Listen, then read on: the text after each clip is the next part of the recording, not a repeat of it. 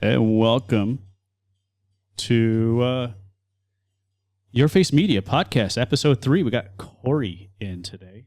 Are you able to hear me pretty well there? Yeah, I can hear you just fine. All right. So a little couple of things, house cleaning. So when we're talking to our mic, we try to talk directly to it.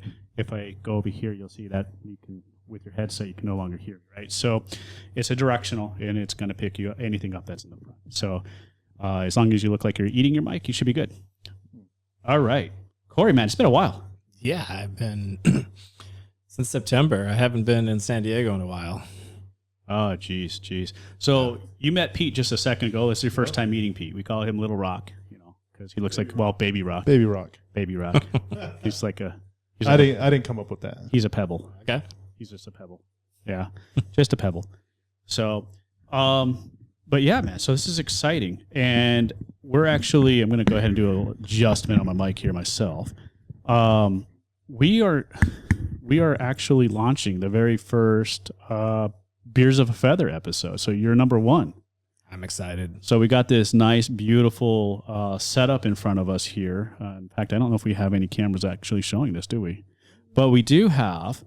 What we do have here is for our viewers, I think, it's this one. Nope, that's not it. Cheers, by the way. That's not it. There should be one that has a picture of what we're doing here, of all the different beers. I could say cheers. Is that it? Oh, there it is. So there we go. Now our viewers can see the different beers that we got here. So the idea of Beers of a Feather is we're pairing some beers from the different countries you've been to. So you've been to 35 countries, right? Around there, yeah. Roughly, give or take a country or two. I think about 37. But yeah, I haven't counted in a while. Nice. No, I mean, it's better than my 3. So, and I'm counting the United States.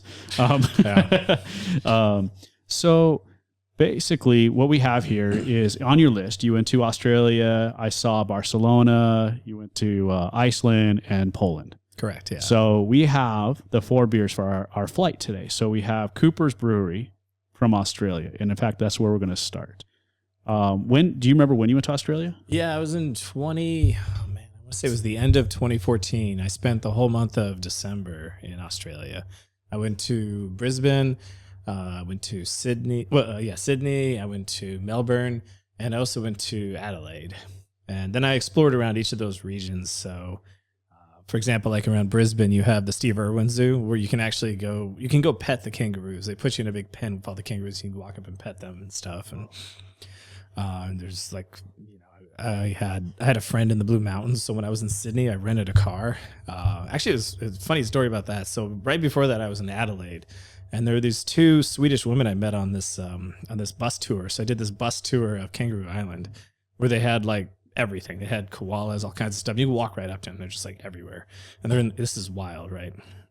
Yeah. And I met these 2 Swedish girls, and like they were like, "Oh, you're going to the Blue Mountains? You're in Sydney?" I'm like, "Yeah, I'll pick you up." And I ended up getting this rental car, and it had the biggest spider I have ever seen in my life in the back of the car. So I opened up the hatchback, and the spider was bigger than my head. I looked it up. If you Google it, you'll see what I'm talking about. It's a huntsman spider. It was oh my god, massive. I don't even know what that is, but with it, so that's the thing about Australia. Have you been? No, I haven't been. I've seen I haven't personally seen them, but yeah, I know what you're talking about. Those huge spiders are like a foot wide. Ugh. Dude, come in and they're stuck in the corner or somewhere. Yeah, I'm not like afraid of spiders typically, but I didn't want to get near this thing. It was a hatchback, so it could have just crawled to the front, right? So I didn't know what to do with this thing. So I'm like, so I just kind of snuck my luggage in next to the spider and then closed the thing. I'm like, all right. So you drove with the spider? Yeah, well, then I pick up the Swedish girls and I'm like, oh, this will be fun. so one at a time, I'm like, hey, I want to show you something. Just open up and show them the spider. And at this point, we're all driving to the Blue Mountains, which is like 2 hours away from like Sydney, right? Mm-hmm. And we're all just like,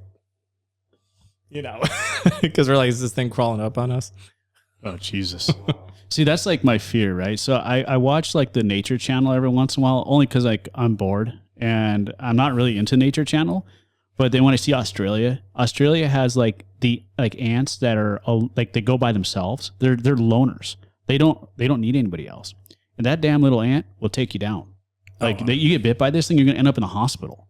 I don't remember what they call it, but everything in Australia has been like devised to kill you. Oh, I saw. That's the thing is you don't realize. You think, oh yeah, these are in the wild. It's like no, they're in the cities. Actually, like the deadliest spider in the world is the Sydney funnel web spider, and it likes to hide in people's houses, and it's extremely aggressive. If it bites you, you need to go to the hospital because you'll eventually go blind. What? See, okay. Oh, from a spider bite. How Wow. are people alive in Australia? Like, I'm from Alaska, right? And people are always like, "Oh man, you're from Alaska. You know, you must be like, you know, hardened or whatever whatever's in their mind, like of these Alaskan people that they see on like the Alaskan Bushmen and stuff." And I'm like, you have to understand when it freezes, shit dies, right? So we don't have snakes, we don't have nasty spiders. We really don't have anything. The only thing that's going to kill you really up in Alaska besides bears are the other people. They're going to shoot you. I mean, it's going to happen, right? It's the last frontier. Everybody's got shotguns and shovels and a friend. But you don't have to worry about Mother Nature other than the stuff that you can see from a ways away. Like, you know, hey, there's a grizzly bear. I'm going to go away. It's the tourists like, oh, look, hi, Mr. Bear.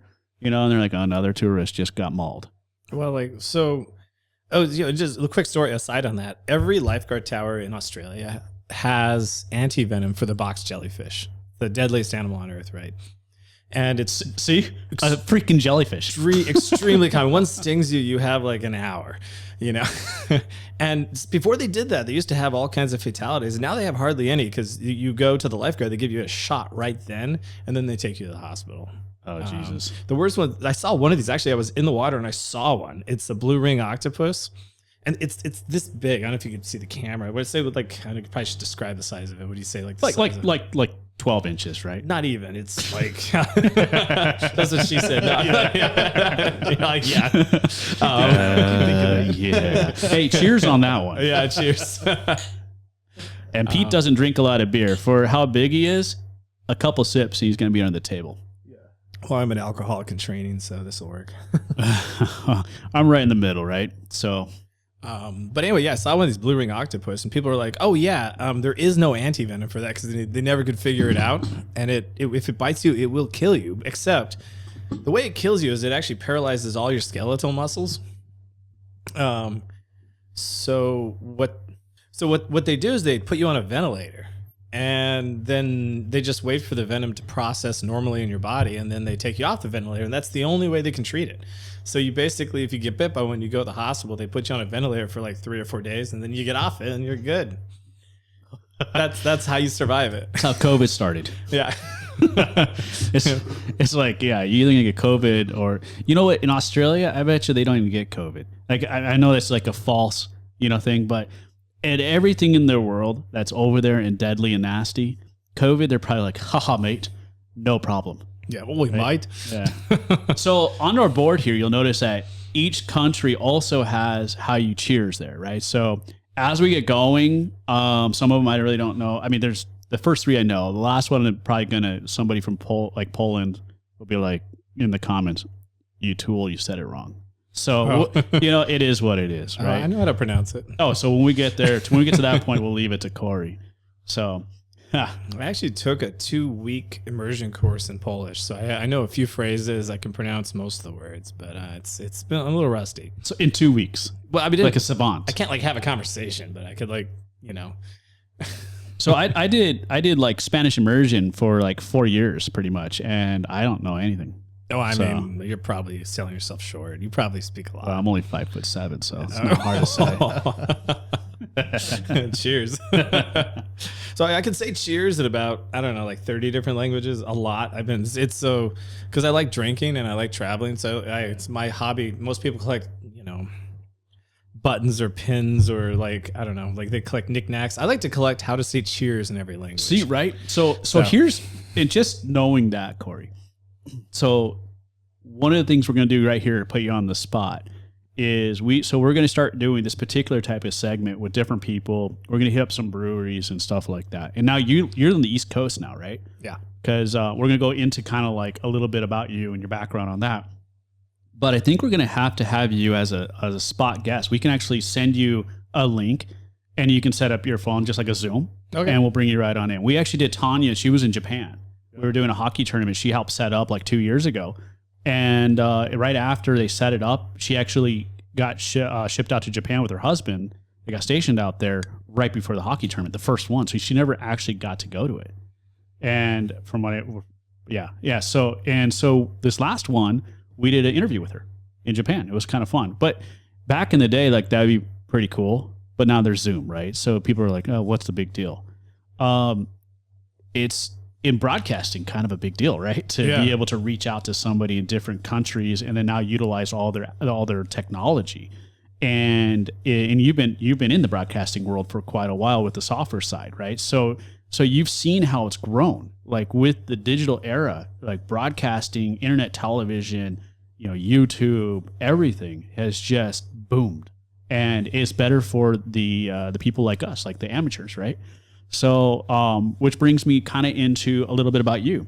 We're calling you the digital nomad because that's actually kind of phrased that, right? So, you got Corey, the digital nomad, and Pete. Not that long ago, when I first met Corey, shortly after that, he decided that he wanted to uproot and travel the world because he can. He has his own company. He works. I think you don't work for anybody, right? Just you have your own company. You have clients. Well, I used to actually. I work for one company right now that I'm 100% remote with. Oh, see, so digital nomad. Yeah, and I used to work for a lot of different companies, and then back in 2017, I was actually trying to work less, and there was one company I just really liked working with them, so.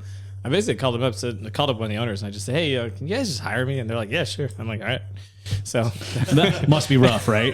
Right. That was the. Hey, that was you the. want to hire me? Yeah, sure. Why not? That was the job. Seem like a cool guy. Why not? And just go ahead and do it. Yeah. So Corey had this plan, and you were going to travel the world. Yeah, right. I thought up every contingency, every detail. Okay. First of all, I established a point of residency. I actually rented a room in my brother's house, who lives in Reno. I moved my residency there. I moved my driver's license, everything over there, so that that's where I lived. And he would receive mail and stuff. I paid him rent and everything. And then I was just going to rent places. I said I had the perfect collection of luggage. I actually documented everything I was going to bring, everything I might need, for all these places I was going to go. And I was going to rent places by the month and go to different spots. And that plan fell apart so quickly. It was so how you were going to travel the world. Yeah. Right. So you're going to start the West Coast, make your way to the East Coast, and then head out from there. Where were you going to go after the East Coast? I was going to spend the whole month of March 2020 in Florence, taking an Italian immersion course and getting used to that. And I have friends near there who I was going to hang out with as well. And then were you going to end in Florence? But you were going to bounce further than that, or just kind of go to Florence? Well, so the way it works, if you're an American going to Europe, we all qualify for the visa-free Schengen zone thing, which is 90 days of every 180 days. So my plan was to burn the whole 90 days. And then you have to leave the entire EU zone for 90 days. Yeah. So, and just to reset the clock. So I was going to do that, then come back. I was probably going to come back to Reno, and I even had it scheduled out. I figured, well, that put me to midsummer, and then I was planning to do some trips, somewhere in Central America, and then I was going to do towards the fall. I was going to go back to Japan because it's amazing there. And right. I mean, I've never been. It's not one of my 3 countries. Oh, mine are connected to the United States. I even had what is that? Mexico Arizona? and Canada. I was going to say Arizona, Nevada, right? Oregon. I said countries, not states, but yes, thanks, Pete. Yeah, that's as far as I go. Right? You're probably worse than I am, huh? Yeah. Oh yeah. He's like I don't go north of the 52. No, not at all. Well, I had this plan Where too. is that? We were going to rent a villa with a private pool in Bali at the end of 2020. And there was going to be 20 of us that were going to stay in this place for 3 weeks, and we were going to do that. And then I was going to go traveling around Southeast Asia from there. And that was going to be towards the end of 2020. And all that got canceled because I know there was this virus. I don't know if you guys heard about it. So Corey leaves. He not just uproots, he sells his place here in downtown San Diego. He had a bay view. When I met this guy, he's got parties going on in his place. He's got things happening all the flipping time. And he's like, you know what? I'm going to uproot. I can work anywhere in the world, and I'm going to go travel. And then COVID hit. And I mean, it's literally not that far after you sold your place. Well, actually, right? So I was going to rent my place out. You did for a little bit. Yeah, your wife was managing it for me. She was my rental manager. She did pretty good. Yeah. She did good. She found the most delightful couple, but they lost their minds like at the start of the pandemic. And Oh, that's right. That's Yeah. right. Yeah, his renters they got they Yeah.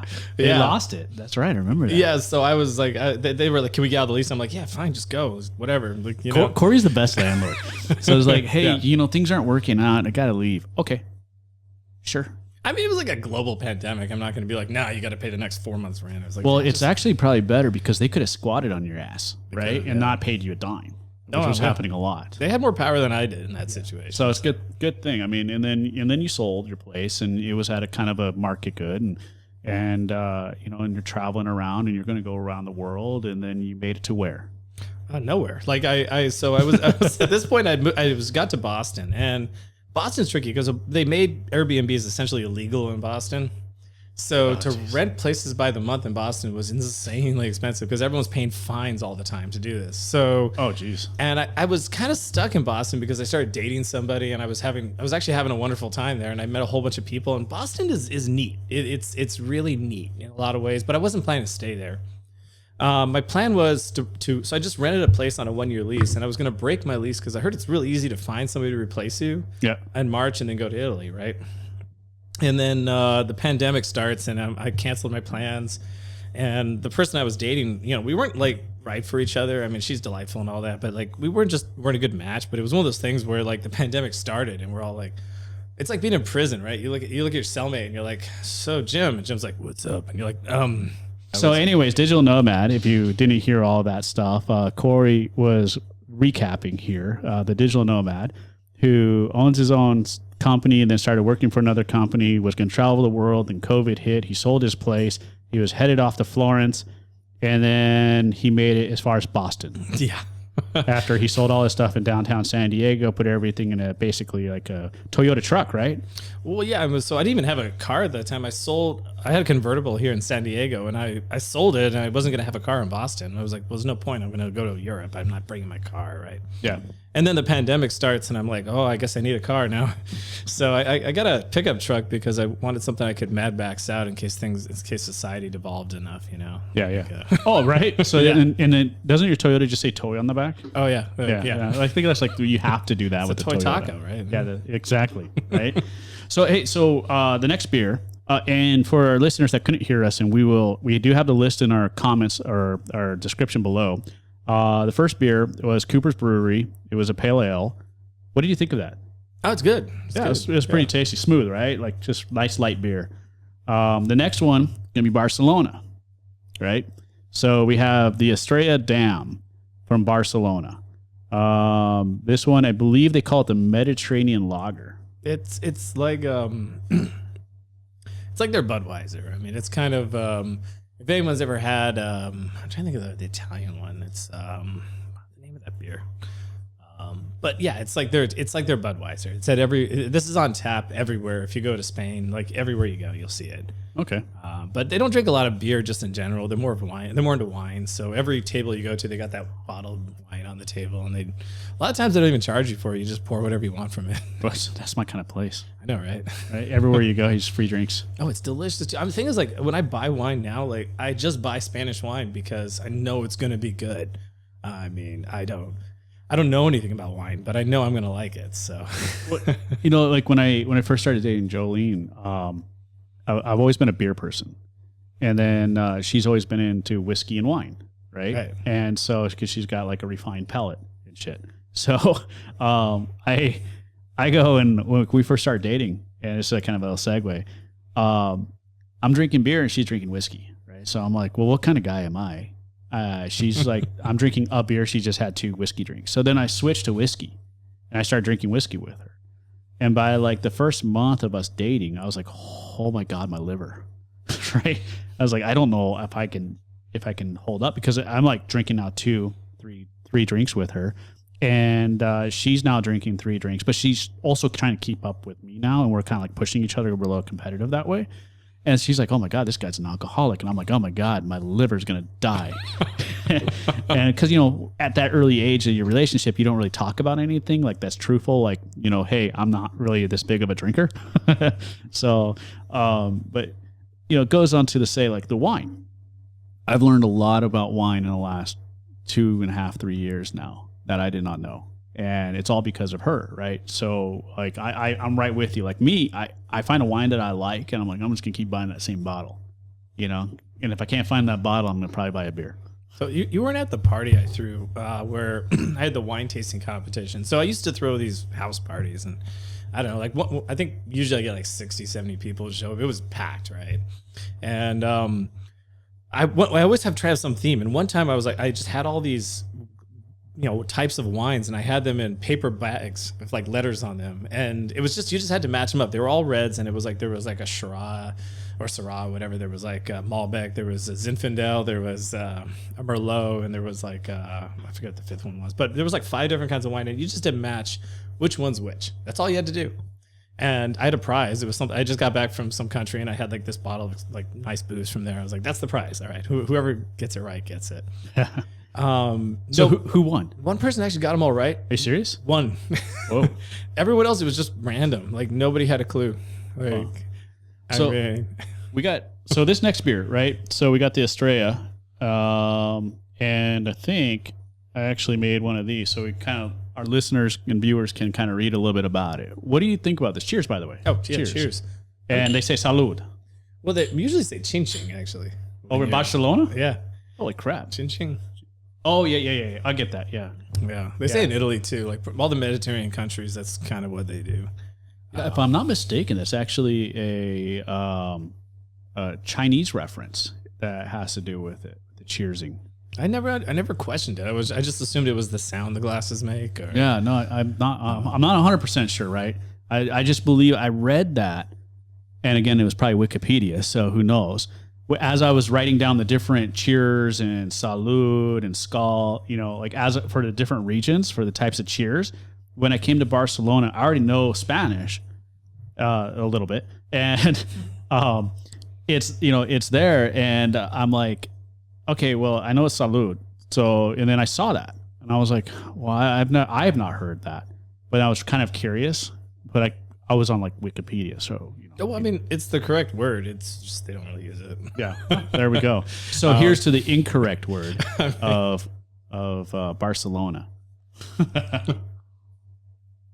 Actually, my favorite cheers word is Hungarian. It's egészségedre. That's how that's legit how they say cheers in Hungarian, right? What? That's awesome. And what's neat is how long it gets. When you're really drunk. So like, like later on the night, you're like egészségedre. It just keeps getting longer as the night goes on, right? Longest cheers ever. Two people died by the end of the night by the time you got done saying cheers. Yeah. I mean, it's actually funny because I guess shegedre means on your ass. So well, that's like an Irish thing then. I don't know how it combines, but... Oh, man, that's awesome. Yeah. Oh, that's awesome. Oh. Well, slancha then. Slancha, yeah. That's not bad. What do you think of this? This is one of their more popular beers there in Barcelona. I would drink this playing beach volleyball because I see it as more hydrating than alcoholic, right? Right. Yeah. Actually, both the Australian beer, the Cooper, and this one have been pretty refreshing. Yeah. Yeah. Yeah. And you can tell Pete doesn't really drink beer because when Pete drinks beer, the Hulk comes out. So we have too much equipment around us. Yeah, I can't be smashing anything around right now. Oh. I spend half the day wondering if it's too late to drink coffee, and the other half wondering if it's too early to drink beer. So this is a vitamin for me. All right. So when did you go to Barcelona? Oh, I've been a few times. Actually, I had a crazy story from there. So my first time in Barcelona, I was on a Contiki tour, right? When I think I was 30 years old, and what's a Contiki tour? Oh, okay. So if you are under the age of 35, you should do this. Well, shit. I know. So none of us. But wait, Pete, how old are you? I'm 35. Hey, see, you can still do it. You should do this. Yes. Yeah. Wink, wink. So they're just age restricted tours. You have to be between the ages of 18 and 35. Most people are between 18 and 21, but there are a bunch of stragglers that are in the higher brackets, I guess. They're huge. They have tours everywhere in the world, pretty much. I think they run like, I'm trying to think, like thousands of tours a year. I mean, it's insane. And the tours are about 50 people. It's a lot. But of those 50 people, like 30 of those people are going to be between 18 and 21. The other 20 are going to be a little bit, somewhere mixed between 21 and 35. And maybe like a random 36-year-old that snuck in, Yeah. And it ends up, I'm going to have a little bit more of this too. go for it. It ends up being kind of a party tour. Like everyone's hooking up, everyone's partying, everyone's, because it's extremely fast paced. They're trying to check all the boxes. So you're on a bus, you see something, you go somewhere else. Check all the boxes. I haven't slept with her. I haven't slept with him. I haven't slept with them. Oh, dude. Okay, so I did a few Kentuckys, right? And one of them I did in the UK tour. And there's this guy from Tasmania, and right off the bat, he hooks up with a girl, believe it or not, from San Diego, who was on the tour. The next day he's hooking up with this Australian girl. The next day he's hooking up with this New Zealand girl. The next day he's hooking up with this other girl. And each girl was so pissed that he was hooking up with the next one, because it was like we'd all get together at a bar that night, wherever the hell we were now. And there'd be like this line of girls just sitting there, their arms crossed, pissed off at this guy for hooking up with the next girl. He didn't care. He was just. But this is good for you, right? So because now they're all pissed off at him, they're going to make like a scene, right? So they're like, you know what? I'm just going to go sleep with the next guy to try and make this guy jealous. And then you got Corey. So that tour, I actually had the biggest crush on the tour organizer. She was the one who was managing the tour. And we ended up hooking up. It was weird because I didn't think she was into me. And I just kind of walked up to her and I was just like, hey, and she ended up pulling me back into her room and we ended up hooking up. But then I spent the rest of the tour hooking up with her. So, but she didn't want anyone to know. So like every night, everyone thought I was going to bed early. They were like, it would be like 10 o'clock. I'd be like, guys, I got to call it. I'm old, like. And this is why we have an 18 plus on our stream tonight, because it's all about beer and sex. No, it's true. It's you actually, in order for them to watch us today, they have to have a YouTube subscription and they have to be 18 and older. So a lot of kids are lying, right? They're like, no, yeah. It's cool. It's cool. We actually have all we did was hug. There was hugging, aggressive hugging. Well, now for all those high school viewers, this is what they got to look forward to. Hugging. All right, you should. Hugging. If you're young and you're afraid to travel, you should do a Kentucky tour. Yeah. So our listeners, Kentucky tour, hugging. 18 and older, under 35. Well, anyway, you can't go, buddy. We're supposed to talk about Barcelona. So Barcelona. I'm going to Barcelona, and everyone gets sick on these stupid tours. There's like 50 people, so you just get the party plague or whatever. You just get it. And I get to Barcelona, and I'm sick. I'm just not feeling well. But back then, this is before COVID. Everyone just did stuff when they were sick. So they didn't just like isolate, and that wasn't a thing, right? And I get a cab, and the guy's just driving in circles. He's just driving in circles, just running up that meter. And I'm like, you got to be kidding me. I'm just trying to get to Las Ramblas. And my goal, I know this is going to sound weird, but so Las Ramblas in Barcelona is the pickpocket capital of the world. Oh, geez. Yeah, and I wanted to see the pickpocketers in action. I saw it as like a tourist thing. Like I was like, oh, I want to see the natives doing their thing, right? That was my plan, actually. I'm not making this up. So I'm fighting with this guy, and I hardly speak Spanish, so I'm fighting with this guy. But like, dude, can you just go there? I don't care. That guy, pick his pocket. Pick his pocket. I know you'll do it. I know you can do it. We're not even there. I'm in the cab. Where's my wallet? I didn't get to see it. I'm just driving in circles. So I'm like hassling with him. I'm arguing with this guy. Get out of there. I'm like, God damn it! Like, I go into the Las Ramblas, and Las Ramblas is a zoo, right? It's just a zoo of people doing stuff, right? And there's the guy doing the cup and ball scam. There's like these three guys, and they're just exchanging money, doing their thing. And some American woman's actually about to give money. I like stop her. I go, no, you don't want to do this. This is a scam, right? One of the guys grabs me. They pull me behind this truck. So the three of them surround me, right? And I'm just like, at this point, I've just had like a rough day. So I'm just like, maybe I want this. Like, I'm not a violent person. I'm just like, maybe I want to fight these guys. Actually, like right now, I'm in the mood. Like, so I'm like, I was like, yeah, let's do this. And they all looked at me and they're all just like, just go. And I'm like, all right. So I just walked away. I'm like, this is probably not a good idea. Were you drinking at the time?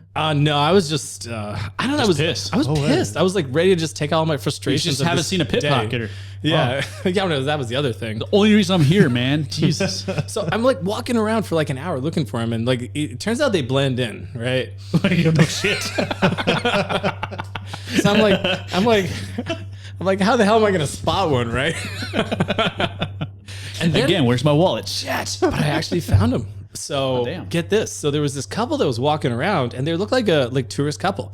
But every time they go near the shopkeepers would shoo them away. And you're like, why are you? Oh. So then I was like following them around, just like, like all like, Corey's got his glasses on. just like Leather jacket, newspaper, he's all- just kind of like peeking, Stalking the natives. The part that It's like spy v spy. The part that surprised me was how they approach things. Because you always think pickpocketers, like if somebody's going after you, they're going to keep going after you. It's like, no.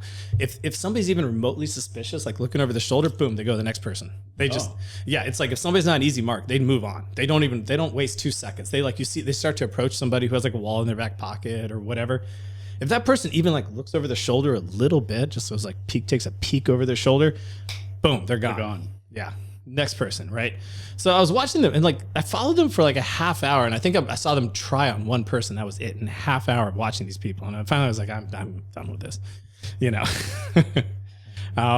So years later, I was dating somebody, right? And she was like, I want to go to Barcelona. And I'm like, nah, it sucks there. Like, Been there. You can't find any pickpocketers. Yeah, I know, right? Where the hell you want to go to Barcelona? The like- beaches? Come on. And she's like, no, I really want to go to Barcelona. I'm like, all right, fine, we'll go to Barcelona. I'm like, fuck it, fine, right? So we go to Barcelona, right? And she, we go to Les Ramblas. I'm like, watch your stuff here, right? So we get to the end of Les Ramblas. We go to like a cafe, and then afterwards we're walking away. And she checks her pocket, and she goes like, oh my God, my wallet's gone. Corey again. Son of a bitch. Where did I'm that like, happen? I didn't even see that, right? God dang it. Can you do it again? Can you do it again?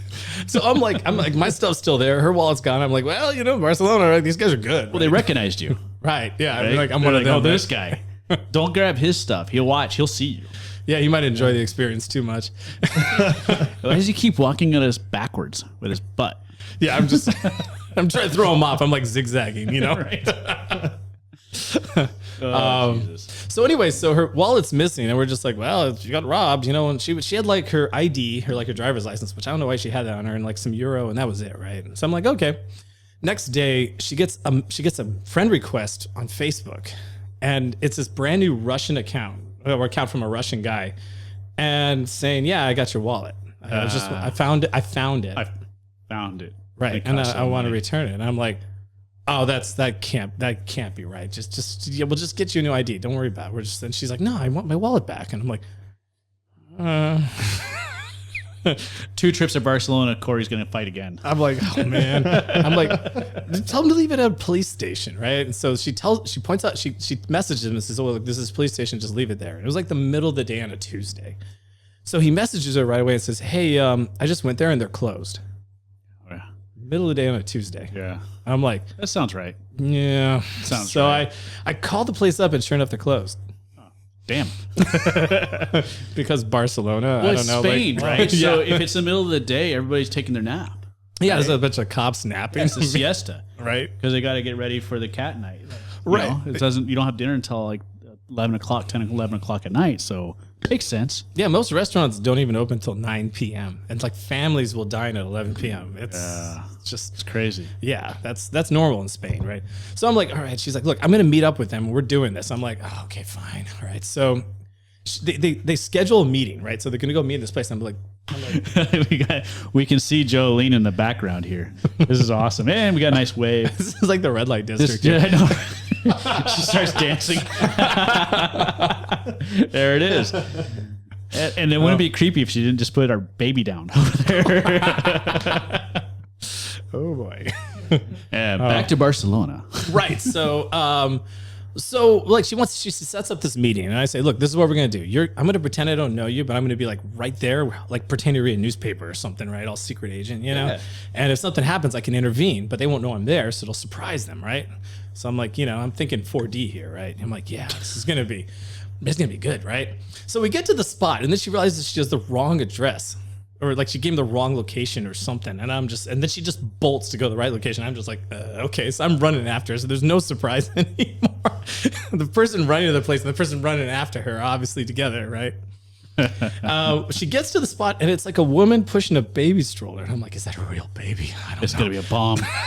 I've seen this movie. That's definitely a bomb. And the lady gives her wallet with all the money that she had left in the wallet. No shit. And she takes it and she gives her a reward for it. She's like, here. And the lady almost didn't want to accept it. She was like, no. She's like, no, take this. Like, gave her like 10 euro or something, right? And we're like, she walks back to me. She's yeah, I got it. And I'm like, so what? See, that just goes to show there are some good people out there. Yeah. You know, like that is something like that you wish would happen to you if you ever like lost your wallet and your ID in a foreign country, that some person's like, hey, I found you on Facebook. I got your shit. Here you go. That would never happen to me. I'm going to get extorted. I'll probably get kidnapped. Probably lose a couple teeth, maybe a couple fingers, you know? Yeah, no, I'll have a hell of a story, but I'm not going to have my ID. It was some Russian dude literally made a brand new Facebook account just to reach out to her, just to let her know he found his wallet. Wait. So why didn't they use their real Facebook account? I don't think they had one. That'd be like a red flag. I can't figure out the scam. Like we took it. So it wasn't a scam, or maybe they didn't think all the way through their scam. We outsmarted them. They're like us, right? They didn't have audio for the first like 15 minutes, so they're like, hey, shit, weren't we supposed to do something like kidnap them? Yeah, you're like, weren't you supposed to kidnap them? Weren't we supposed to push the button that says audio? Pete. But you said they were a lot older, right? Or no? I wonder. It was like they were like in their so the guy wasn't there. It was just the woman. She was like in her 40s. Like he sent his wife to return the wallet because he had to go run an errand or something. You're in a foreign country and you're gonna send your wife with your baby to go return a wallet to somebody you don't know? I mean, I guess they could have been scammed, right?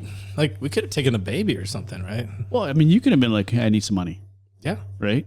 Yeah. Thank you for my wallet with my money, but anymore. Well, how do you know they didn't open up an account or with our ID? Well, so the other thing we were wondering, we're like, Right. maybe they want to follow us back to the hotel. They make a fake ID. They get into our room and they rob us. That's what they're planning, right? So we Taken. Like taken. Right. So we plotted this whole like Seen this movie. ridiculous path back. My dad's not gonna find me. We went through like 6 stores going back, just in and out the back entrances and stuff, trying to like lose our tail. Like They're by themselves. There's nobody there.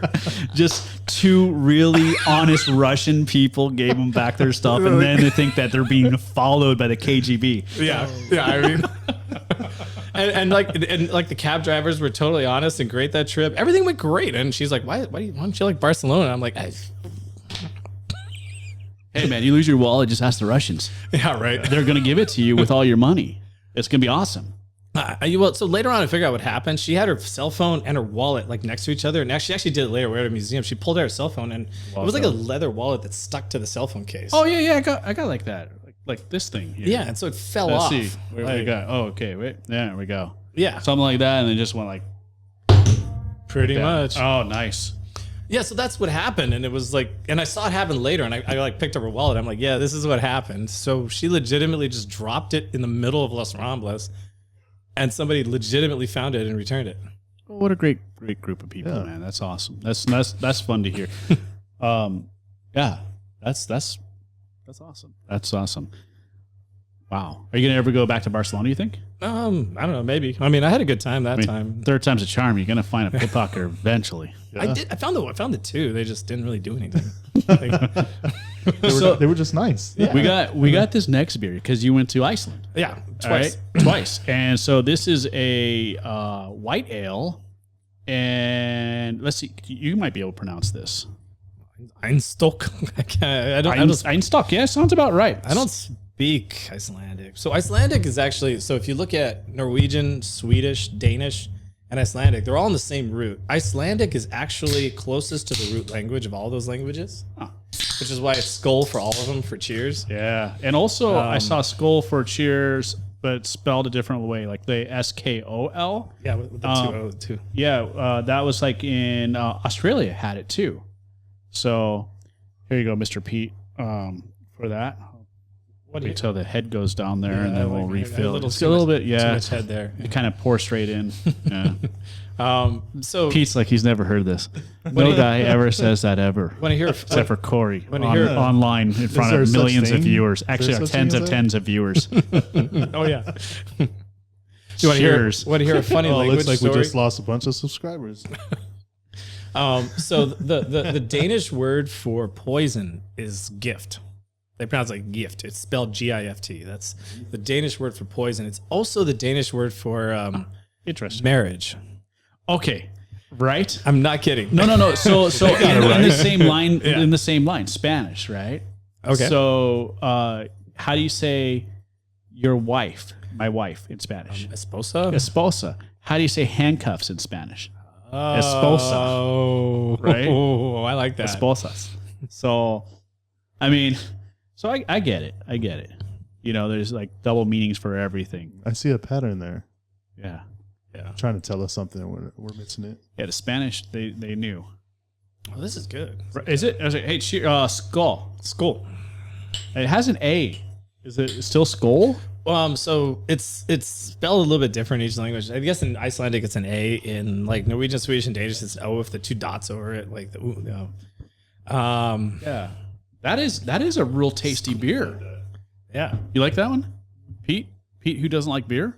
it's like a wheat ale. That's like it says it's a white ale. Pete, I think we have the slide for this one. You want to throw that up there? Yeah, I had that one. Oh, you had it up already. Yeah, that is a thirst. tasty beer. And they use Icelandic water, so they're really proud about that, right? That they brew with Icelandic water. I mean, they got plenty of it. Well, you know what? Yeah. But man, it is good. Our quest was simple. We wanted to make the best white ale we ever tasted. We got there. Okay. At the bottom it says we're so humble.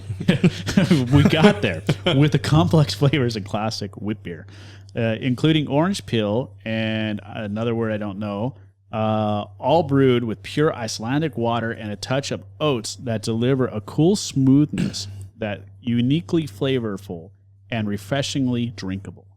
Well, I sure hope beer's drinkable if you're making a beer. But you know what? They're right. They're not far off on what they wrote there. That is a tasty beer. I highly recommend traveling to Iceland if you haven't been yet. It's amazing. So the beauty thing about Iceland, I remember when I was young and they were talking about in geography, and you have Greenland and Iceland. And I'm telling you, these people are flipping smart, right? The most beautiful place they're going to call Iceland, so people don't go, right? Yeah. And one of the coldest climates you can go to, they're going to call Greenland, so people go there and freeze to death. Oh, and they literally did. They're the original settlers of Greenland. There was a cold snap after they settled. The entire town died. And so you can go to the ruins of the town where everyone died because it got literally too cold to survive. Freaking smart, man. Yeah. That's just smart. It's just smart. Hey, look, there's this beautiful place. You want to go over there. Don't worry about all the skulls and people dying. It's beautiful. Go. Yeah. So that is a tasty beer. Yeah, I mean, so Iceland, like, how do you guys want me to talk about Iceland? Yeah. So, What do you got in Iceland? okay, so like if you go to Iceland, most people do what's called the Golden Circle. It's in the southwest corner of the country. So there's only one real city in the country. It's Reykjavik, and like something like 90-something% of the population lives there. There's nobody between the ages of like 30 and 50 in Reykjavik, or entire in Iceland for that matter. They just left. They all go to Norway to work, and they come back later. The country had, like, during the 2008 crisis, they had kind of a banking crash, and they decided not to bail out their banks. So actually London bailed out their banks, and then they pretty much, a lot of companies pulled out. So there's no industry for like white collar workers in Iceland. So their entire economy is based on tourism.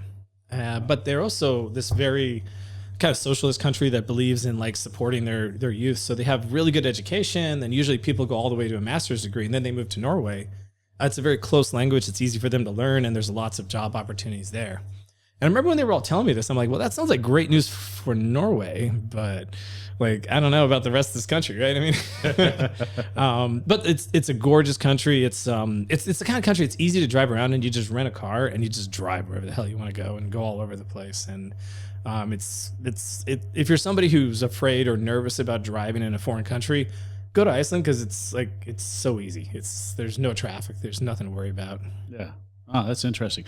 My wife went to Ireland recently. No, she went to Ireland. Yeah, it was Ireland she went to.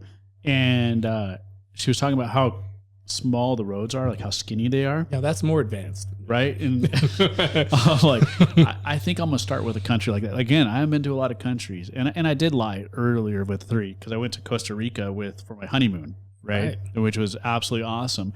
I enjoyed the shit out of it, but apparently it was during COVID. So my wife was like, no, you really got to come back out here when, COVID's not happening so you can see how the country really is. And I'm like, if it's like this during COVID, I mean, I love Costa Rica. It is really cool. It's a paradise, right? It really is. And the people, man, the people are just so nice. Ruby, though. Yeah, right? Costa Rica, man. So yeah, I did where did you go? So I went to Monteverde where they have the zip lining. Yeah. I did zip lining Monteverde. Yeah, this is gnarly. You're like 400 feet off the ground just zooming. Yeah. Did you do the Superman one at the end? Mm-hmm. And what about the swing? I did. I'm actually too heavy for it. What? Yeah, no. They said, well, how heavy are you? And I weigh like over 200 pounds. I'm like 210 pounds, right? Jesus. And they were like, yeah, no, this is the max. You're under it. You're over it. Like you can't do it. You'll die. Like or it's just not safe or whatever. I'm like, so they have this canopy thing that you go stand on, and you're harnessed up, and you jump off of it. And you free fall, kind of like you're gonna bungee jump, and then at the last little second, it's a swing, and it goes whoosh, and you swing out. So it's just a cable or a rope that you're it's a tethered cable, to. and you're like you free fall to like right before the ground, and then it swings you out. So once you get to the bottom, I mean, so if you're 210 pounds, you're gonna hit the damn ground. I mean, like Pete, you can't go, bro. Yeah, I'm sorry, man. I was watching people do it, and people you're like this close to the ground, so I could see when they said like, yeah, that's the weight limit. I'm like, oh, they meant it. This is Costa Rica. Like, it's not like United States where there's this tolerance where like, nah, you could be 400 pounds, you'd be fine. Like, there's like, no, you'll hit. Yeah. Like you'll break your ankles, and it's not like you can do like you can't sue somebody out there. What are you gonna do? Yeah. Oops. They probably dropped logs until like it was like, oh, that one scraped. Yeah, let's not. Yeah, that's just a bunch of kilograms. Oh man, Costa Rica. So Iceland, I'll eventually go. I got a big checklist here that I want to go to around the world and eventually go. And my wife is very supportive of that. So because she gets to go, but she's been to a lot of places, much like yourself, right? So I gotta, it's like one of my bucket lists. I gotta just start kind of ticking off some of these countries. It's a big world out there. So the thing is, Iceland, I did it wrong the first time, and then I did it wrong again the second time, right? No pickpocketers. No, well, that doesn't exist. There's nothing to worry about in Iceland. Like, you can't screw it up. It's expensive. Like, if you go out to eat, you spend like, a chicken sandwich is like $35 at like an Applebee's level restaurant, right? But if you're gonna go, don't do it the way I did it. Rent one of those camper vans. They're all over the place. You can rent them. There's a whole bunch of companies that specialize in this, and you can get what's like a pass. I didn't do this, but I should have. Which essentially gives you access to all the campgrounds all over the country, which are everywhere, right? And you basically just hop in this thing, and they're like, those vans that have like the bed and everything, and they're like decked out. Conversion. Actually, we're gonna be talking about our next episode. About the van life. Oh yeah, same thing. Yeah, so yeah. And they're not that expensive to rent, and once you get this pass, and then you don't need to make reservations. You just go. There's like campgrounds. As long as they have a spot, you just stay there. As long as you want, you go to the next spot, and that's the way to do it. That's the best way to do it.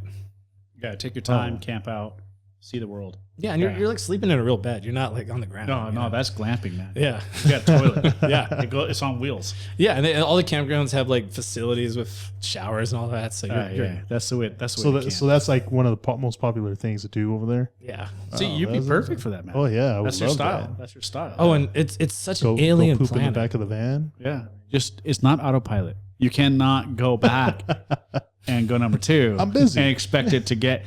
Pete's like back there, like on his TikTok. Oh, watch your speed when you drive around. I'll be up there soon. They have automated traffic cameras everywhere, and they write you mean tickets. So. Costa Rica told us that when we rented our car there. Yeah. They're like, oh, we have cameras everywhere. They lied. They did. Huh? Yeah, man, because I was speeding. Oh, yeah. And I got no tickets. Maybe you're just charming enough. They're like, yeah, we're not. I was just going so fast, but I mean, our rental car looked like it was going to fall apart. So there's a chance they couldn't actually. Maybe half the license plate was missing. I don't know. Maybe you just felt like you were going fast. It was Right? just rattling It's just at rattling. 30 miles an hour. Gotta make this turn. We got this. We got this. Yeah, you rent cars in other countries. Sometimes you get some. Okay, so when I rented a car in Costa Rica, the company I rented a car from didn't actually have any cars. So I had to go literally. I was in the We'll airport. be right back. We're gonna go steal a car for you. Yeah, I was negotiating with a different company to get a car, and then I got one for like twice the price. But That sounds like me in Minnesota. I went to go see Jolene's family, and they didn't have a freaking car. I rented a car. They didn't have a car for us, so I had to go to a different car place to go find a car. And I was like, "What? did I make a Gotta be kidding. reservation?" Yeah, I swear, I swear, I have this thing that says confirmation. Right. Where the hell am I? Yeah, Minnesota. that's just a word. Yeah, a confirmation. Yeah. It's like you might get it. Oh, you can hear our doodle go now because somebody rang the doorbell. Yeah, it's our at-home studio here. So for our viewers, which we got a couple, which is nice. It's nice having some viewers out there. Anyways, yeah, we've been going. So we got Poland, right? Yeah. So Poland. Yeah. I used to date a Polish woman, so I spent over a month in Poland on a trip. The original plan was her cousin was getting married in the southeast corner of the country near Rzeszów. So I spent the first 2 weeks in the country in Krakow taking a Polish language immersion course. So it was 4 hours a day of learning Polish. And then I rented a car and picked her and her sisters up at the airport. And we drove all the way to Rzeszów, and then from there I ended up going all the way up north past Warsaw and Gdansk and Gdynia, and I went to hell and all that. So I did go to hell. You went to hell. I in went Poland. to hell. Yes. That there you go, Pete. Oh, look at Pete finished his beer. I liked only that one. finished one of them. He liked that one. Yeah, that was actually really good. This is a Żywiec, is how you pronounce this. Żywiec. Look at the size of this beer compared to the other ones. I mean, Poland's like, hey, you know what? We're gonna make a way bigger beer. so Poland is not what I expected in any way, shape, or form, right? But yeah, that's Nastroy. Nastroy. Would you say the other cheers is? Ching ching? Nastroy. Nastroy. Oh, ching. Yeah. Ching ching? Oh, ching ching is it's like in Mediterranean countries. I like ching ching. Okay, so that's an interesting beer. Yeah, it's got some, it's a little bit of body to it. Yeah. So This is the one that you said you were drinking quite a bit, right? Yeah, I mean, like you go to any restaurant in Poland, and one of these is like 2 zloty or something, which is like 50 cents. Like, yeah. So you go from a country that it's $35 for a chicken sandwich to 50 cents for a beer. Like Poland was one of the most affordable countries I've ever been to. When we were in Rzeszów, so Rzeszów was the most affordable part of the most affordable country. We went to, I mean, and it's not like you're not in the ghetto. This is like a nice, clean city, and everyone's nice and friendly, and everything's nice. And we went to this restaurant. 4 of us had dinner. We all had drinks. The bill came. The bill was $8 US. When you convert it, gosh! yeah, for 4 people with drinks, right? wow. Yeah, was it just a $8 little US less? dollars. That sounds like Thailand. This is just a little less than a gallon of gas right now, huh? Yeah. Oh my gosh! You can go for a drive, or you can eat. Your entire family can eat. Yeah, it looks like I'm heading to Poland. Oh, it's Here's yeah. gonna $5. retire. That's where you Feed retire. everybody. I'm gonna have to retire there. Oh, they're weddings. So I went to a Polish wedding, and their weddings are like 3-day spectacles where there's like different days, and you drink yourself half to death every day, right? And at one point, I'm like on this porch, and her uncle, who doesn't speak a word of English, and I hardly speak Polish, we're like sharing this bottle of homemade vodka he made. And I'm like, I'm so going blind from this, but we're finishing this bottle, right? So, yeah. 3-day wedding. Yeah, it's like a spectacle. At one point, we were throwing the groom in the air, and he was almost hitting the ceiling. Like, we just had like it was. They probably spent $100 for all 3 days. Oh yeah, and like they had you go like this course after course after course of food, and there's like bottles of vodka they just keep putting on the table, and you just keep free pouring the whole time. And I got to add that to the list now. Poland's on the list. if you go to the vodka bars, so there's these little vodka bars, right? And they have these mixed drinks, but they're like just a shot. It's just like some of them they set on fire. Some of them are like all kinds of stuff mixed together, and they'll have a menu of like I don't know 100 of these things, right? Yeah. And you go in there, and it's usually like 50 cents or 25 cents per Like I'm converting it. Like I mean, everything's in zloty, but which means gold, by the way. The time I went, it was like 4 zloty was $1 US. Huh. But I don't know what it is now. The dollar's pretty strong right now, so if you went now, it might even be cheaper. So See, $4 you can feed your entire family. Well, Pete's no, well, $5. Let's make it 8. Oh, $8. if you do go to Poland, one constant scam. If a group of girls, like really attractive women, try to say, "Hey, you're American. We like Americans. Why don't you come over here to this bar with us and get drinks with us?" Don't go.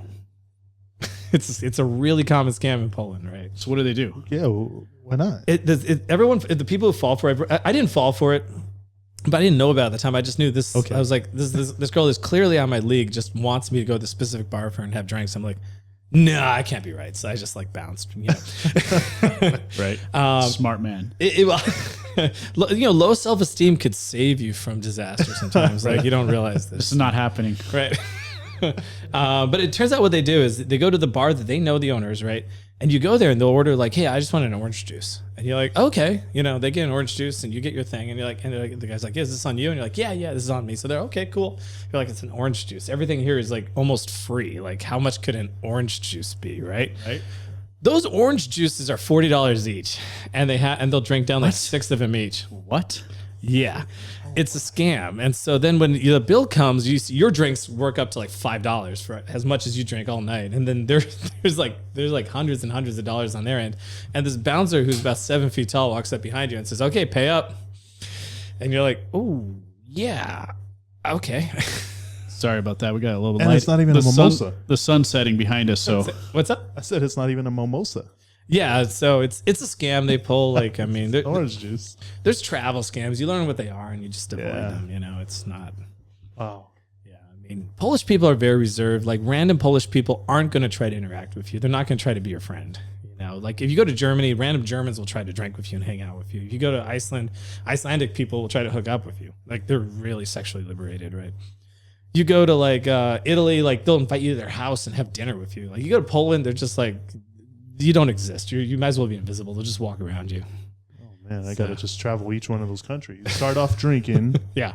and then I end up in Icelandic, Yeah. right? And then wake up in the morning and have food in Italy.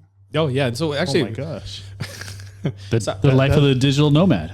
I was taking a German language immersion course in Germany, and one of my classmates was this Italian woman who invited. She lived in Sicily, right? So I went to Sicily, and I actually went to her grandma's house with her, and her grandma cooked like a full course meal for me. And yeah, so I got to have a full course. This was awesome. Like. And in Sicily, they put pistachios and everything. So every single course of the meal had pistachios on it. Like the chicken had pistachios encrusted in it. The pasta had pistachios in it. Like the dessert was pistachios. Like, everything was pistachios, right? Yeah. Yeah.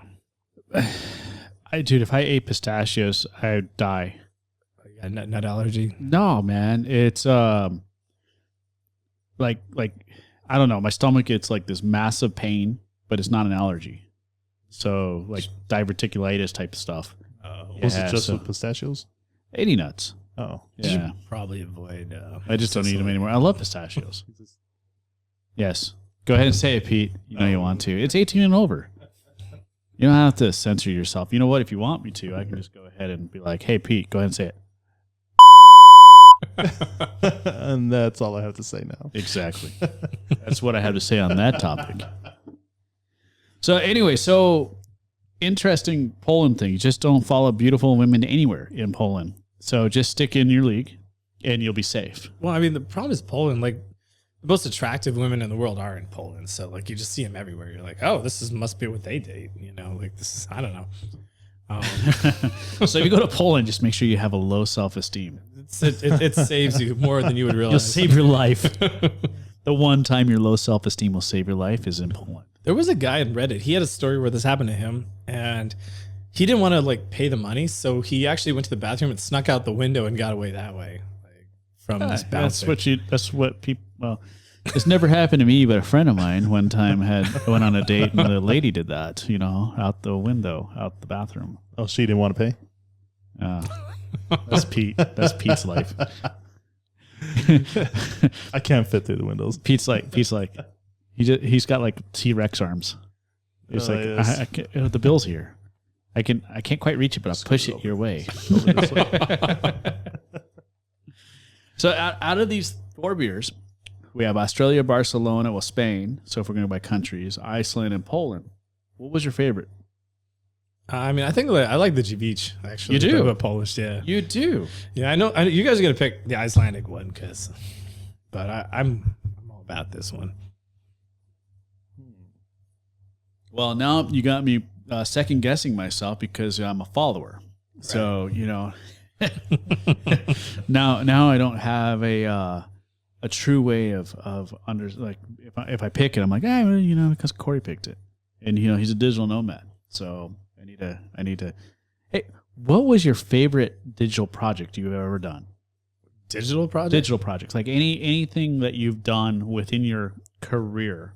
I mean, so most sports stadiums in the world actually use software I wrote right now for replay solutions. Oh, nice. Yeah, well, not in the world, but in the United States. They most of the major professional not sports soccer in the world, just football in the United States. We're trying to make inroads into that, but I had this product I worked on kind of from the ground up, and I was working with this company, and they had all the business, they had these customers, but I created this whole new product line, and they implemented it, and it's in use now.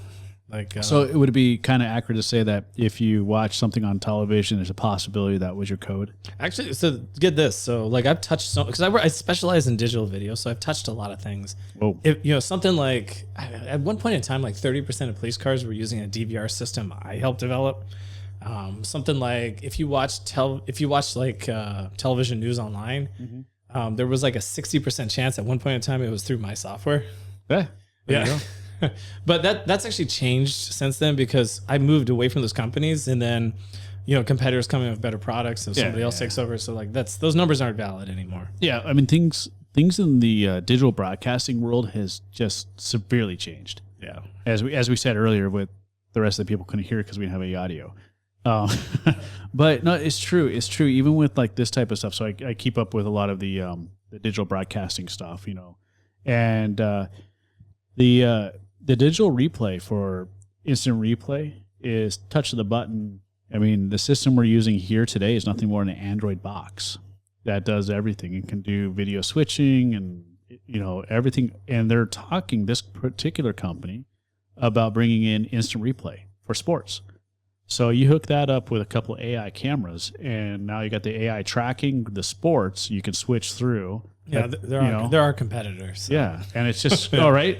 Yeah. Well, why don't you send me a box, man? I will use it. I will use your shit. Okay. Like I will get rid of this, and I'll use your shit. I'll see what I can do. I'll be like digital nomad. I'll call it that. Yeah. So so it's just interesting to see where it's going, because it's cool. Like Pete and I do this for free, right? So we obviously don't get paid for this. It's just fun stuff. We're talking with a friend. We did a hockey tournament, a 3-day hockey tournament. Man, that was long. 7 hours straight of streaming, covering hockey and commentary for the hockey. And those were long days, huh? Yeah, those are extremely long days. He talked the whole time, but well, I mean, I just sat there and kind of it's me. I had to just have caffeine. Yeah, and then I had to babysit one day, and then the other 2 days I kind of fell asleep. See, I know so. Yeah, he fell asleep. A producer fell asleep. He does the video switching. I'm like, oh, we're still watching the same camera. Yeah. I know so little about hockey. For me, that would be like, yeah, he hit the thing and it went in the thing. But that's what I was hoping for, right? Like, I know everything about hockey. Pete knows nothing about hockey, and I was hoping he would do that. But he fell asleep at the wheel here. I was staring. I was like, oh, what the heck was that? I only know the name of one shot. I'd be like, everything would be a slap shot. That's clearly a slap shot because that's the only word I know. So that must be a slap shot. I'd be like a 4-year-old with a hammer where everything looks like a nail. Well, I was looking forward to seeing icing. My whole thing about icing, I thought it was totally different. And then he told me what it was, and I was like, oh, that's it? Yeah, so we were doing a pond hockey tournament, and I was like, icing doesn't exist here because it's pond hockey. There's no such thing as icing. And so, because if you watch the other episodes, they basically take a full ice and they cut it in half. So they put boards right down the red line, right in the middle. And then they take the nets and they turn them sideways. So they're going from one side to the other instead of up and down, like lengthwise. So it's short. It's a really short game. It's 3-on-3. And that's pond hockey, like within a rink. And so they're running 2 games at the same time. It's all charity based. It's for Active Valor. So here locally, really cool group. And Pete's like, oh, well, is there icing? I'm like, no, dude. Like, where are they how are they going to ice it? It only goes like 20 feet. Like 20 feet. Like they have the goalies are shooting on each other. They're that close. And so it was fun. You know, the whole time I thought icing was getting slammed against the wall or getting pushed down to the ice or something violent. I think they just call that Tuesday. Like, yeah, right. Yeah. Yeah. He's like icing. You know, he's like a sugar cookie somebody. You know that Rodney Dangerfield line? Like, I went to a fight and a hockey game broke out. It's so true. It's so true. Yeah, it's a rough sport. Well, and they did, right? Like there. In fact, we watched a couple games where they just stopped the game completely because it was just getting that bad. Like, yeah, you know what? That's good enough, guys. I was watching one hockey game. This actually happened. They ran out of players because they kept putting people in the penalty box for fighting, and one team actually had to play with one less dude on the ice. They actually had to. There were one less dude. I don't know how many people they even had, but they were like, yeah, they're one player short on the ice because they're literally all in the penalty box. You know, the coach at that point is like, guys, just stop. We're in trouble here. Like, oh, it's so true. It's so well, true. I was expecting like full on fights, brawls. And that's when I fell asleep. Yeah, he did. Oh, he explained the difference, like with beer league hockey, which is what we're watching. As long as you don't drop your gloves and you keep your stick in your hand, you're not gonna get a fighting penalty. Like if you do that, you're gonna get a game suspension. But this is for a tournament, so nothing's gonna happen to you. But if it's in league, if you keep your gloves on and you keep your stick, then you can pretty much so that everybody kind of like bear hugs a little bit, and you can get some punches in. But if you drop your stick, you better have hit it out of your hand. If you hit it out of your hand, now you got 2 hands, right? So you kind of hope that he hits your stick out of your hand.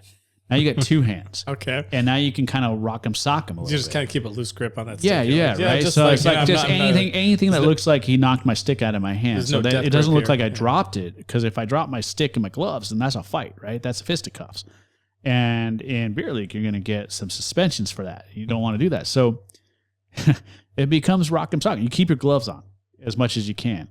And, you can throw some bows, man, and it'll happen. And if you do it the right way, all you're going to get is like maybe a 5-minute misconduct and not a game suspension. So, but if you do it wrong, you're going to get you're going to get ejected. So the trick is to just be violent enough. Just violent enough. To just like slip under the. You don't want it rated R. You still want PG-13, right? So, keep the gloves on. So, no blood. No blood. I mean, I had a guy. I checked this out. So I moved here to San Diego, and I found a hockey team that I was playing for, and it's called Beaver Fever. Okay, was the team, and we got in a fight, a quote unquote fight, and this guy bear hugged me, and he's a big dude, like Pete size, and I'm a small guy. I'm like, in hockey, I know if I get in a fight, chances are I'm not going to win this, right? I'm not the enforcer. But the guy wasn't, he wasn't that good of a hockey player. So I was like, okay, well, you want to go, because I got pretty solid feet. And so I did what any person in my position would do. I got him on his heels, because now he's off balance. And once he started swinging, man, I just got him on his heels. I got a good hit, and we went down the ground. He went backwards. I came on top of him, and with hockey, it's like a gentleman's fight. He's down. Yeah. You stop. Yeah, you stop him. You stop. Yeah. Like MMA, right? The guy's down. The ref's like, no more. You're done. And so guy goes down. He's down on his back. So I start to stand up. He tries to kick me with his hockey skates. And I got a half visor, right? So I got this skate that goes within like an inch of my face with no protection, right? Because I only got a visor that covers my eyes. And he bicycle kicks to try and kick me in the face. Right? So what the thing is man, like this is the digital era. The rink's got cameras, man. You know, and like at that point, you're no longer in a hockey fight, right? Now you're talking assault. And so that guy got kicked out of the league. He can't play here in San Diego anymore, stuff like that, right? But there's definitely a line. Like once you get something happens, you stop. Yeah. And hockey's that way. Like everybody shakes hands at the end. You have beers after the game. It's beer league hockey. You can beat the shit out of each other on the ice, but you're best friends when you get off. It's weird. So I mean, I think that's just part of hockey. It's part of the culture, right? it is. You know, It I mean, is. They can't remove the fights from hockey any more than they can remove concussions from football. It's just part of the game, you know. Like it's, you know, Right? Yeah, you're brain dead. yeah. You're not gonna live a full life, but like honestly, who wants to get old anyway, right? Yeah. So what's new, man? What's going on in your life? That are you coming back to San Diego, or are you going to finally make it overseas, or what's going on? I don't know. I mean, like I it's one of those things that everyone keeps asking that question. And it's like, I'm like right now I'm in Boston. I'm renting a house there. I've been making a lot of new friends, exploring Boston outside of a pandemic, which is a new experience. You know. Yeah. I spent a year in Pennsylvania. So like when I went to Boston, I did that whole thing where I went to Boston for a year and was dating somebody. And then we ended up forming a pod. And it was interesting in the pod situation because we actually were like a family. It was all these people that you couldn't be exposed to other people. In Boston, everyone's like uber woke, you know? So you're Uber like, woke. you know, We're not talking about the ride share here. yeah. And so like any amount of exposure beyond that was considered like you were sacrilege like this. So like everyone's like, okay, yeah, I'm not going to like, you know, we just got this little tight bubble. And it was kind of neat. In a way, it was like a family. We'd all eat together. We'd hang out together. We'd go hiking together. We'd play board games together all the time. And then like things started opening up and that kind of broke apart. And I went to Pennsylvania for a year and I had the most wild experiences in Pennsylvania. I don't even want to go there. And No, we're 18 and older, but we're not going there. no, that was insane. And then I went back to Boston just recently as of March. And I don't know. I mean, like just kind of trying to experience it outside of a pandemic because I don't feel like I didn't get the right Boston experience. And it's a neat city. It's like it's weird because like it's a city of people who most of them grew up very privileged, but they're also very progressive, which is almost like ironic in a way. I mean, it's a city that claims it's a city that's very. I mean, just candidly, it'll say like this is a city that's very. They're very very very very democratic, very progressive. Yeah, they're so conservative. It's the NIMBY state, you know. Like I don't think that's ever been said together. Yeah, I mean, if I had to summarize Boston in one sentence, I'd say you can't park here. Get off my lawn. Yeah, that's the Boston expression. You can't park here. A pocket. You can't park here. You can't park here. Go park your car at the park. Yeah, get the car park. I mean, it's wicked controversial. Wicked. Look at you. Yeah. Look at you. You start pronouncing Boston with an A, like Boston. Like there's an A in it. Like now suddenly. Right? So it's true, right? So like when I first moved here, this one guy who's from I think he was from like Rhode Island. He's like, hey, you want some coffee? I'm like, hey, I'll have some coffee. And he's like, there's no A in coffee. I'm like, there's no freaking W either. We're all making things stuff, right? I'm like, hey, what are you gonna do? We all have our own accents from where we're from, and like I much like Jolene she's from Minnesota, and I mean her town, like holy crap, man, they really have a thick Minnesota accent, and Jolene has like none for the most part. And she's worked really hard on it, right? Because she's, does her corporate stuff. Me, the Alaskan side, Anchorage doesn't really have an accent. But you spend enough time with people in the area. We have a lot of Russians, and we have a lot of people from the northern states and Canada. And we have like this accent that you just really mispronounce everything. And it's not even close, right? So it's the worst accent you could ever have, right? It's not sexy, and you're just mispronouncing everything. Picture being a foreigner trying to learn English, right? Yeah, don't go to Alaska because they're gonna screw your ass up. I mean, there was one time I was on one of those Kentucky tours, and one of the bus drivers was from northern. How many England. Kentucky tours have you done? Like, I think I did 6 or 7 of them. Jesus Christ, Yeah. man! Did you hear this? We could So do an episode just off your Kentucky tours. I've done everything. I've done non-Kentucky tours. I've done like lots of solo travel. I think I've been like 5 cruises. Like, you name a way to travel, I've done it. Like, I've done camping tours in places. So, Jesus. Wow, man. Well, hey, I really appreciate you coming out and doing this with us. The beers of a feather. It's a good way to do it. should I be on like an Asahi too? Then we'll have like 5. I should have brought one. We got right. So I have like a 6-pack of each one of these beers because I couldn't find like just a couple, and so we're gonna keep on drinking after this if you got the time. I think I can find time for Yeah, and then you also brought your own beer, which is local brew, right? So, what did you bring? Oh, I bought the Pizza Port Chronic Amber Ale. Freaking awesome, right? I'm sponsored by them, obviously. No, I'm just plugging it. All right. Plug away, man. Yeah. So one of the things actually I was talking to Pete, and Pete's not a big beer drinker, but I am. Okay. And so one of the things that actually Pete I was talking about doing is we just had this hockey tournament. It was sponsored by like 3 or 4 breweries localized. And one of them's like Voodoo Brewery, and I actually had some of their beer. It was really good. So maybe next couple of episodes we might do at some of the breweries. Except for obviously the van life. We got to go maybe talk to Mercedes and get one of the sprinters for that. Oh, that'd be awesome. Oh, we could drink in the back of the van. Right. Well, I mean, What's interesting now is Have a Contiki in the back of the van. Katigi in the back of the van. There's 2 guys, 1 van, Katigi style beer.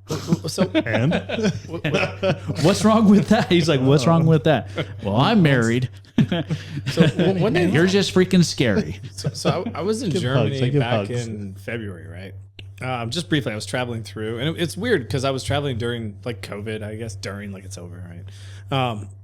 And I had to wear an N95 mask in the airport and all that, but like you get there and they're like, they suddenly have all these microbrews, but they can't call them beer. So there's a law in Germany that for it to be beer, it can only have 3 ingredients. It can have hops, it can have barley, it can have water. It can't have anything else in it. And they did this because the monks used to mix wormwood and stuff, and they would get high off like this Right? Yeah, the beer they would yeah. brew. And so they were getting pissed at that for religious reasons, and they were like, yeah, no, you can't do that anymore. You got it's got to be these 3 ingredients. What is a predominant religion in Germany? It's Catholic, but actually it's the most atheistic country now because in Europe, so we don't have this in the States because in the States there's the separation of church and state. But in most European states, if you're a taxpayer, there's a portion of your paycheck that actually goes to whatever your local church is. Okay, yeah, whatever like a tithing, but you don't have a choice. You don't have a choice. It's like pulled from your paycheck. You get so if you say you're Catholic, it goes to the Catholic Church. Most countries, if you say you're not religious, they just take your money and give it to like a charity or something. In Germany, if you say you're not religious, you get to keep that amount. So when you subscribe, I'm not religious at all. So they actually are statistically the most atheistic country because because people like money. And it used to be this was funny. So they used to only tax wage income, but then they oh wait, we're forgetting about investment income. So they started taxing investment income, and suddenly like 10% of the population became atheist overnight. Yeah. Right? Yeah. Well, it makes sense, right? If you're gonna tax me and I get my money back, then yeah, right. I don't have a religion. Right. Yeah. No, I get that. I mean, we have what, a 9% inflation right now in the U.S. that just went through the freaking roof, and nobody's getting any type of like COLA adjustments really. And what are you gonna do? So. You know what? I'm not religious. Give me my money back. So Germany's pretty cool. So I grew up in Alaska, like I said, right? Plug again. Like our listeners probably like, how many times is he going to say this? You get it. And I grew up with a family business that we rented motorhomes. And the Germans were getting paid for vacation time. So like paid vacation from like the government. Yeah. To go on their vacations. And then I loved them to death because they needed to spend a certain amount of money, and they leave like the biggest tip. like massive tip. I'm like 14 years old, right? Working for my parents, so I don't have, they can do it, because there's like no child labor law for that. What's Alaska? Right? And who's going to really say anything, right? It's like a farm. It's like I started at 12 and I'm now 14, so I moved up the ranks. But the Germans would like leave like me, they would leave me like a $50, $60 tip. And you're talking back in the like early 90s. That's quite a bit of money for a kid, for a 12-year-old to a 14-year-old. And they would do it all the time. Then I also realized that they also leave the alcohol. Yeah, hence why I like alcohol. But no, it's like, how do I hide this? This is Alaska. Their slogan is, "We have to pay people to live here." So. The permanent fund dividend. Yes, has nothing to do with Sarah Palin. Yes, good old Tony Knowles did that for us. Now you got my attention. Yeah, they pay you money up there, the dividend. Oh, Palin. Oh, well. Yeah. So, anyways, we're getting the kind of like the, let's go ahead and close it up here. So I really, really do appreciate it. Just so we know, it's the first ever Beers of a Feather with Corey. And you know what? It's too bad too, because I got like all these really cool things, like this one right here.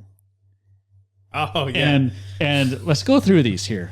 Okay, there's a thing. So we went through your Facebook before you came over here, and we're like, the fuck is Corey doing? Every goddamn picture he goes, he's got this damn tree pose. I can tell these are all different countries, actually. Like, I know they are. New Zealand, but yeah. So I know we gotta kind of go here. Well, no, it's fine. But do me a favor, stand up and do a tree pose for us. So we got this live. We got Corey live. Let's get Corey here. Corey live. You got to turn off these. Yeah, there we go. He's getting there. And then there's one more here. And can you see him? Let's see what we got. Oh, there he is. Corey live, tree pose. See if we can hold it. Here in San Diego. And, we'll ask him about this next time he's here. So appreciate you, man. Appreciate you coming, enjoying these beers. We're gonna keep on drinking. And cheers. Salud. Skol. Chin chin. Nazdrowi. Yeah. No, and then